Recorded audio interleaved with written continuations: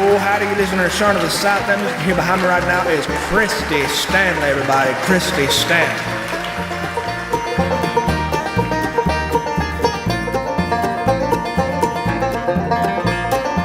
I threw your picture in the fire. It didn't hurt me to watch you burn. I took your letter to a lighter, left the ashes there in the dirt.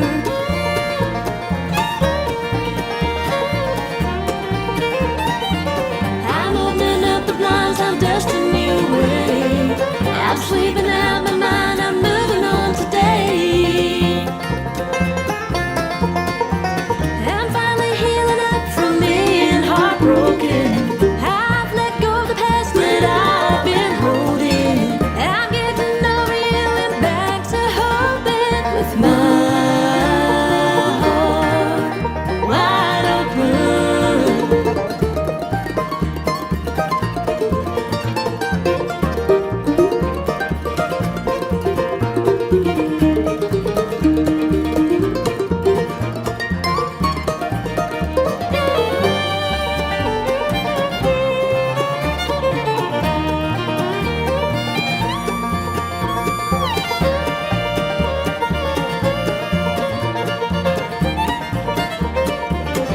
He asked for a number. It's the first time since you I said yes. It feels good to rediscover myself in my little black dress.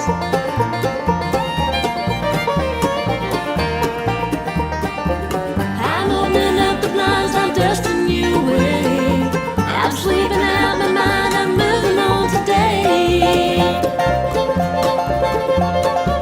I'm finally healing up from being heartbroken. I've let go of the past that I've been holding. I'm getting over you and back to hoping with my heart wide open. I'm not shutting down, I'm not staying in. I'm headed out to start again.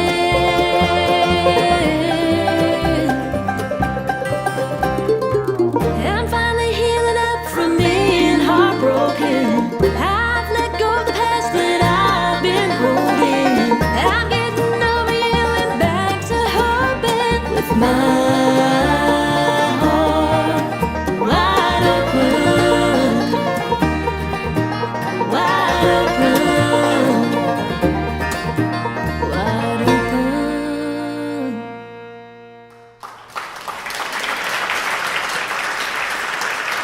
I received a question from a boy named Robert. Robert wrote me. I'm happy to read your letter over the air. Dear Mr. Sean, my mom told me to ask you if you think I should buy a dog. I'll be 9 in March. I believe that I could take care of a dog, but she isn't sure. She told me to ask you, what do you think? Signed, Robert. Well, the world's in a troublesome state. If someone's asking me for advice, I'm going to tell you that right off the bat, Robert. But if you ask me, which I guess you just did, firstly, you have an impressively wise mother. Very wise. For her to tell you to get somebody else's advice on whether or not you ought to get a dog removes the burden of responsibility from her, and this effectively absolves her of any guilt. Secondly, Robert, you've done the right thing coming to me. You have, because I have extensive, immeasurable knowledge. You see, I've owned a lot of dogs. And Robert, every dog-loving stiff knows that pet ownership will change your life. No longer can you do the things you used to do, things like eat, sleep, think, pay taxes, watch television, or talk to your friends. No. That dog is always there. Imagine you settle down to watch a little bit of your favorite television. You prop up your feet and you crack open a Coca-Cola. But as soon as you do, there's that dog. And that dog is beginning to suffer serious bladder pains. And even though even though you are watching something like Cookie Monster, your pet's urinary system just hit a red level, and he's a threat to your mama's living room rug. So imagine your dog is whining in such a way that it sounds like your grandmother just fell in the shower, whining loud. It's getting louder, and you say, "Hush, hush, I'm trying to watch television." But finally, you get up and you open the door, and that dog runs outside and lifts his leg, and he unleashes the Mississippi River. And you watch with kind of a mixed pride over what he's doing because you have to admire the bladder fortitude of a creature that can hold its water. "Good boy," you might tell your dog. "Come on back inside because I'm trying to watch TV." But hold your horses, Robert. Children and dogs don't listen outside. This is the universal rule of the cosmos. And besides, why are you in such a hurry? I mean, there's an odor in your backyard that wasn't there 10 minutes ago, and your dog knows this, and it owes it to mankind to figure out what it was. It's probably nothing. Most of these odors usually turn out to be benign. But your dog comes from a long line of drug-detecting animals, and animals which have saved the world from nuclear harm simply by using their noses, and he needs to investigate. He owes it to his species to investigate. So you say to yourself, "Forget about it, I'm going to watch TV anyway," and you shut the door. And then you sit down again. And as soon as you do, you hear loud scratching. That's right. Your dog has changed his mind because he is a fickle creature. He wants you to see him disobey you. If you don't see him disobey you, it doesn't count. So there's the scratching on your back door, and if you ignore this, your dog will do that whole scream thing again. That screaming that's not quite a bark, not quite a howl, it's a scream. So you'll get up from your television show and you'll bring him inside. And this dog will walk inside, he'll sit down beside you, and then he will change his mind. And he will walk right back to that back door and scratch again to go outside, because after all, that smell is still beckoning him. It's calling his name. And I think you can see where I'm going with this, Robert. This is dog ownership. It's just how it goes. Eventually, you'll get tired of this routine. The routine of door opening, door closing, barking, door opening, door closing, barking, door opening, door closing, barking. And eventually you will just call your dog's bluff. You'll realize he doesn't really have to go to the bathroom like he's claiming. You'll call his bluff, and eventually he'll wander into the kitchen and he'll bluff his brains all over your mama's kitchen floor.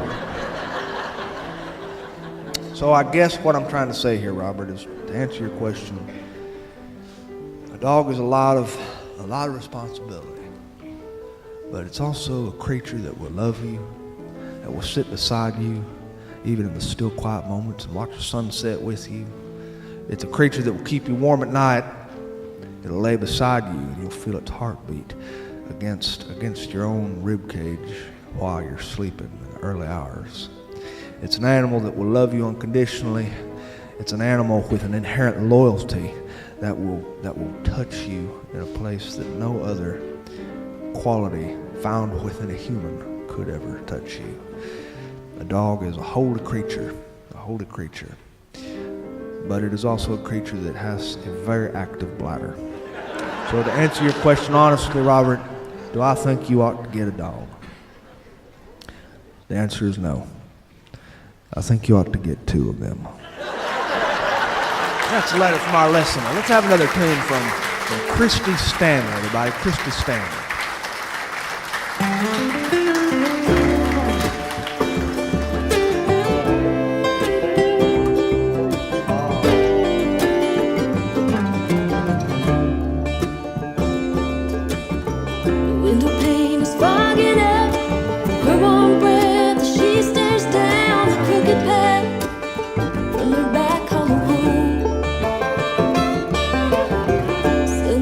Give away tonight, she prays to see as the lantern light.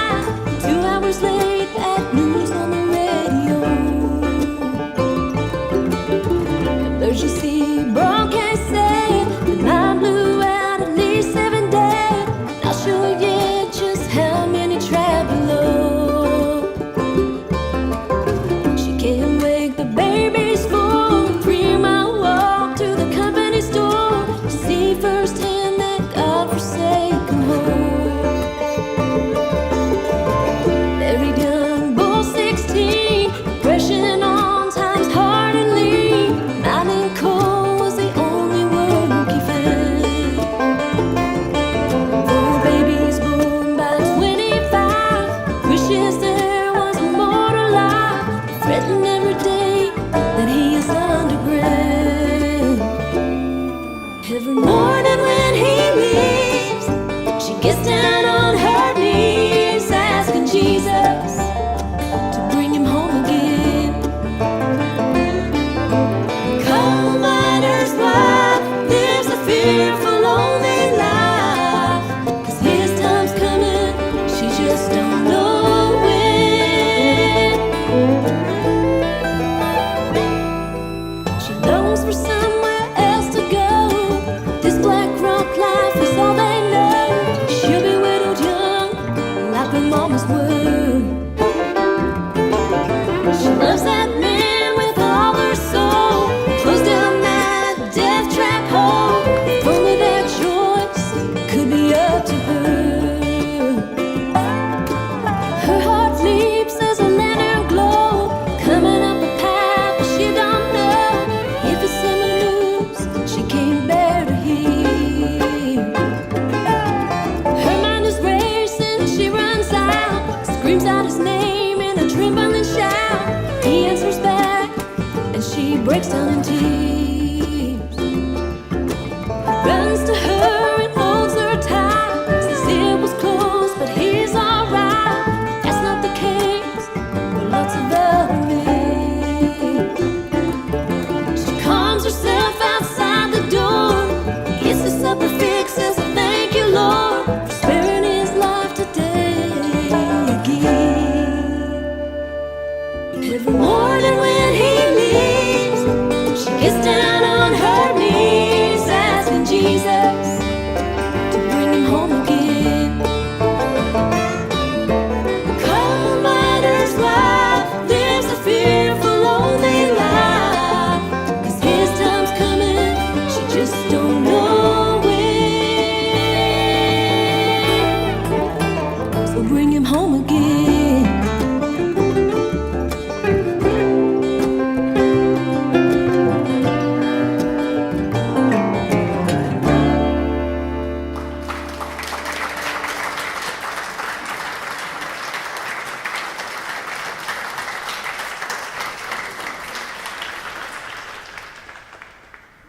The older generation of people who came before me were coffee people. They really were. It was their national pastime, in a way. They drank coffee for every kind of event. There was no sacred meeting ever held without the presence of coffee. If you were to walk into my grandmother and grandfather's bathroom, you would have smelled nothing but coffee. Amazing. You could lock yourself in that room and you could die from the smell of reprocessed coffee. They had a silver bun coffee maker on their counter, and you could have a little cup any time of day, at whatever time you wanted. You could just get yourself a little bump upward in the energy department. And that's how the older generation processed life. They used coffee. I love coffee. That's why whenever I do what I'm doing right now, I have this little red tin cup. My wife bought me this. It's meant for camping. It's a camping cup, and that's why I carry it up here, because it looks outdoorsy, and it makes me appear to be more of a man's man than I am. Wishful thinking, I guess you'd call it. But you can't have a beard without having something that looks like you deserve a beard. And so I love coffee. I come from people who used it religiously. sometimes you can still see people from that older generation sipping coffee, and they sip it at inopportune times. That children who have grown up and taken over our world, they don't sip coffee at the same times of day that their predecessors did. Someone from a long time ago, maybe in the 50s and the 60s, they would have a cup of coffee around 2 o'clock in the afternoon. Then they'd go home and they'd eat dinner around 5:30, and then they would have coffee after supper, because after you eat a big supper, you get kind of sluggish and sleepy, and you need that little caress, that caress toward feeling less lethargic. But today, people wouldn't drink coffee past 5 o'clock. It would be a sin. I knew people who drank coffee. There was an old couple that I met through a friend of mine. They were an old couple, and they were from different parts of the world. She was from Cherokee, Kansas, and he's from a place in Alabama called Lick Skillet. They changed the name to Oxford, which is ironic because the two names couldn't be any different. Lick Skillet and Oxford are on completely opposite sides of the spectrum, if you ask me. Lick Skillet sounds like something you do after your mama makes giblet gravy. Oxford is a place men go to learn how to lift their pinky while they drink a Budweiser beer. But they were a unique couple. What brought them together was music. Music was what brought them together. And they met at 18 years old, and they hit it off right away. Right away. Music is one of those things that brings folks together. It can bring an entire room of people together. It can unify an entire crowd and put them on the same rhythmic wavelength, you might call it. You can watch an entire room of 200 Baptists sing one song. Sometimes they'll even stand up and join hands across the aisle to sing that song. When I was a kid, we used to join hands across the aisle after singing to pray against things. We never prayed for things, we always prayed against things, because that's how you unify people. You get them angry about something. We held hands and we prayed against horse tracks and dog racing tracks, and against casinos, and against board games with dragons on them, and video games and jogging suits and rare species of penguins. We like to pray against things. And then we would close with a song. I was raised Southern Baptist, and Southern Baptists love music. And this couple I'm telling you about, they were musicians. And they could be just as at home in a Baptist church as they could in a juke joint. They were not famous musicians, but they were good. They were good players. He played the guitar and she sang. She had a voice like a coal miner's daughter, and he had the voice and the picking style of a 1953 jukebox. I love the old style of music. I love to listen to them sing. When they first met, 18 years old, a friend of theirs recorded them singing "How High the Moon." Somewhere there's music, how faint the tune. Somewhere there's heaven, how high the moon. There is no moon above where love is far away too. Till it comes true that you love me as I love you. She had a voice that was just angelic. She sounded like her era, if that's even possible. And he would pick behind her just like Les Paul or Chet Atkins. He was good, and she was good too. They hit it off immediately, and they played all sorts of little churches, and they played all sorts of little parties, and they played little places, and they wanted to be professional musicians. They wanted to be somebody famous. They wanted to leave their mark on the world. It's a natural desire for a human to want to leave his mark on the world. It doesn't matter what field you're in, it's something innate. It's within you. You want to leave your mark on the world. You want a lot of people to see your mark. This is why people's names and people's faces are always seen in public places. This is why you can go into the bathroom at a public park and you can see inscribed on the bathroom wall, "Johnny was here," right next to the engraving that is a dirty little poem written by a 5th grade boy who had nothing better to do. People want to leave their marks. They tried to leave theirs. Today, they're an old couple, an old coffee-drinking couple who lives in a little two-bedroom house, the kind of two-bedroom house with wood paneling and the flat-style roof. They live right outside Nashville, Tennessee. And they play for their own enjoyment in the garage. He plays his flat top and she sings. If you can sit outside there in the summertime, you can hear the crickets making their noise, and you can drink sweet tea which she has prepared that is sweet enough to power a residential lawnmower. I was at their house not long ago.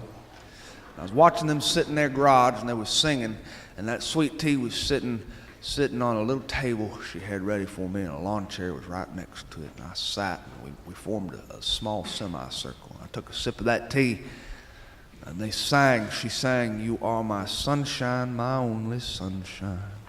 You make me happy when skies are gray." And he sang a little bit of Hank Williams. "Well, sugar, I took one look at you, and it almost drove me mad. And then I even went and lost what little sense I had. Now I can't tell the day from night. I'm as crazy as a loon. You got me chasing rabbits, scratching fleas, and howling at the moon." They sang songs that were from the old world. First time I ever met him, I was a kid. I was 14 years old. I was 14. I wanted to be a singer and a guitar player. I did. I had a friend who taught me music. He was a bass player. He played an upright bass. He used to be a professor at Auburn once upon a time, and he had a big head, unnaturally large for his body, and white hair with a handlebar mustache. And he was slow to talk, but he was good on that bass. And he introduced me to this couple, this old couple. And when I first met him, he came walking out of his car with his wife, carrying his guitar, and he was wearing a Western cattleman's hat and a Western-style shirt and a pair of boots, and she was wearing the same sort of outfit. And he called her baby doll, and she called him daddy. They never called each other anything different as long as I was around. And my buddy, he played his upright bass, and this couple, she played a mandolin and he played a guitar, and they sang harmony behind me while I sang with a little guitar strapped to my chest, and I sang songs that I was preparing to sing for a Baptist church. It wasn't my church, it was a missionary Baptist church way out in the sticks. I had the opportunity to go sing out there as a 14-year-old kid. I wasn't used to singing in public. I really had no business singing in public because, you see, someone like me, even though you probably can't tell it, I'm shy. And that's why I've closed my eyes this entire time that I tell this story. Of course, it's not so much that I'm shy, it's that I'm trying to remember the words that I like to say. But it is the mark of a person like me. Whenever I sing, I also close my eyes. And it was this man, baby doll and daddy, who told me that it was okay to do that. He said, you just find your place and you sing your song. And we practiced singing those Baptist songs. I sang, "Pass me not, O gentle Savior." I sang, "Savior, like a shepherd lead thee." I sang, "Precious Lord, take my hand, lead me on, help me stand. I am tired, I am weak, I am worn. Through the storm, through the night, lead me on to the light. Take my hand, precious Lord, lead me on." I sang, "Sweet hour of prayer, sweet hour of prayer that calls me from a world of care and bids me at my Father's throne make all my wants and wishes known. In seasons of distress and grief My soul has often found relief and oft escaped the tempter's snare by thy return, sweet hour of prayer. Of course, it sounded a lot better if I hadn't drank so much coffee. And that's what Baby Doll, his wife, told me. Coffee dehydrates your vocal cords. It dehydrates your whole body. It sucks the water right out of your body, and it makes your vocal cords sound like the strings of an upright bass. And that's why I sound like I do right now. It sounds like I smacked a pack of Pall Malls. Oh, we got to that missionary Baptist church, and these are the kind of folks who sat inside clapboard rooms with wood floors and wood ceilings and wood pews and a pulpit. We had no microphone system because churches like this don't use microphone systems. And tiny little room, and I sang these songs. Before I got up to sing, I was so nervous I thought I was going to vomit. These kind of Baptists, missionary Baptists, are the kinds that sit there like they got a big old rod shoved up their spines. They don't like to crack smiles, because if you crack a smile, you're violating the 11th commandment, which is thou shalt not drink, swear, or smile, or tolerate anybody who does. That's a missionary Baptist for you. They're a unique breed of soul. They don't believe in smiling. They don't believe in clapping. And some of our songs deserve a little clapping, like I Saw the Light. And Would You Be Free from Your Burden of Sin, There's Power in the Blood. Those songs need claps. But if you're a missionary Baptist, you keep your hands firmly beneath your hind parts while you watch and listen. It's part of the rule book. I was so nervous before we started. That musical couple, they held me like I was their kid. She rubbed my shoulders and spoke to me in her Kansan accent. He patted my head. He said, "Here's what I want you to do, boy. I want you to get out there on that altar. I want you to sing songs that are going to make them missionary Baptists crap in their pants." His little joke just broke the tension.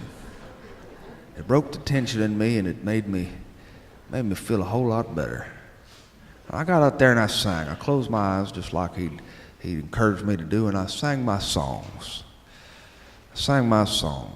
Would you be free from your burden of sin? There's power in the blood, power in the blood. Even though no one clapped, I was clapping in my mind, and I was playing my guitar. And when we finished, he patted my shoulder. He said, sniffing the air, "By God, I think you did it, son. I think you did it."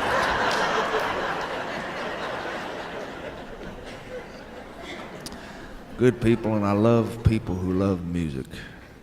I've heard it said that there are two kinds of people you can tell are going to be good people in this world: those who love dogs and those who love music. They're those kind of people. Last time I visited them, I'm sitting in their garage, and we're singing songs with three-part harmony. Songs like "Will the Circle Be Unbroken?" Songs like "I Fell Into a Burning Ring of Fire." And she claps, and she claps very, very solemnly. It's not an intense clap. It's a clap that maybe suggests she could have been raised as Southern Baptist, or even, God forbid, Church of God. She claps and he sings, or he plays and picks a little bit while she sings. And they asked me to sing one. And he had his shot at being somebody and playing with an up-and-coming band in Nashville a long time ago. He took a chance, and he moved his family to Nashville. At the time, he had her, and he had his two children. And at the time, they were just a common family. He worked on cars for a living. They did whatever they could to pay the bills. And Baby Doll just stayed at home, and she took care of his children.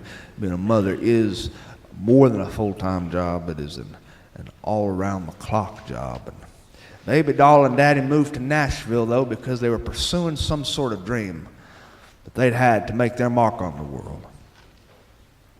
But as soon as he got there, the band collapsed and everything just fell apart, and so he found himself in Nashville, Tennessee, without a pot to you-know-what in, and a window to throw it out of.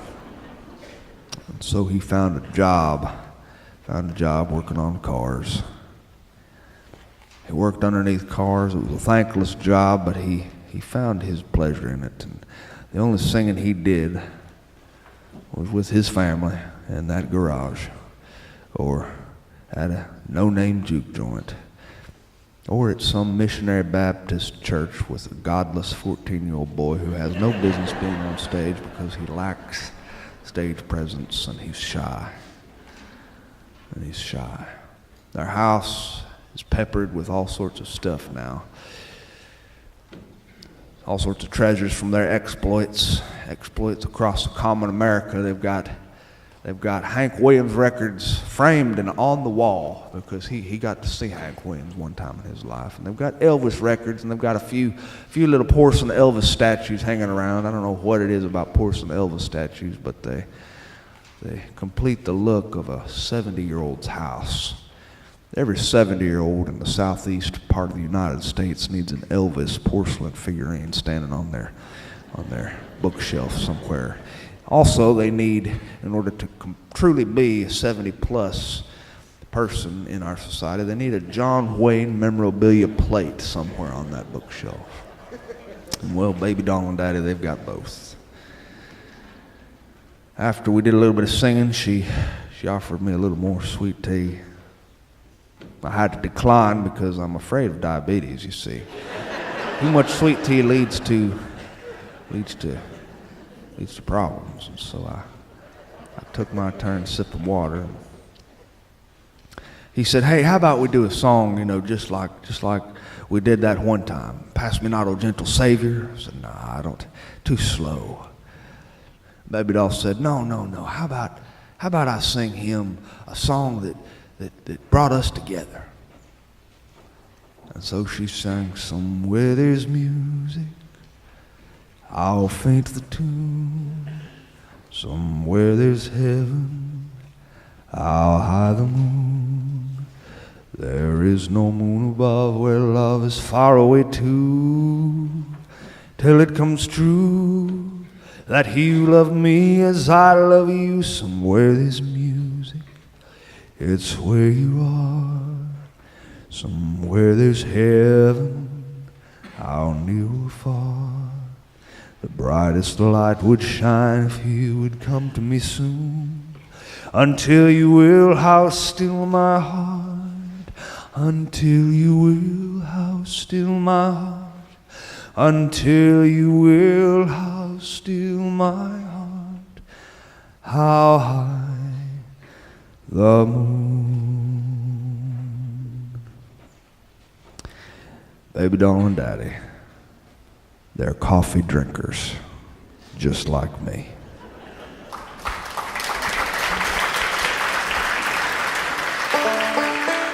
Thanks for listening to Sean of the South. I've been your host today, Sean Dietrich, and it has been a true pleasure. Hope you join us next week for another mediocre story and some wonderful music. Speaking of music, the music you heard behind me today was Kristi Stanley, Rod Smith, Mike Bentley, Alicia Nugent, Austin Brown, and Nick Goad. Kristi was raised in Pikeville, Kentucky, and the highlight of her career came when she was asked by Dr. Ralph Stanley to be a part of a Grammy-nominated album, Clinch Mountain Sweethearts. You might have heard of it. Dolly Parton took part in that one. To find anything more about what she does, visit KristiStanley.com or listen to her on iTunes, CD Baby, or Spotify, and any other platform you can think of. To find anything more about what I do, you can visit SeanoftheSouth.com. While you're there, hope you take the time to drop me a line, tell me about your wedding announcements, birthday invitations, or invite me to your bar mitzvah, because I love to hear from my friends and I love to read those letters over the air.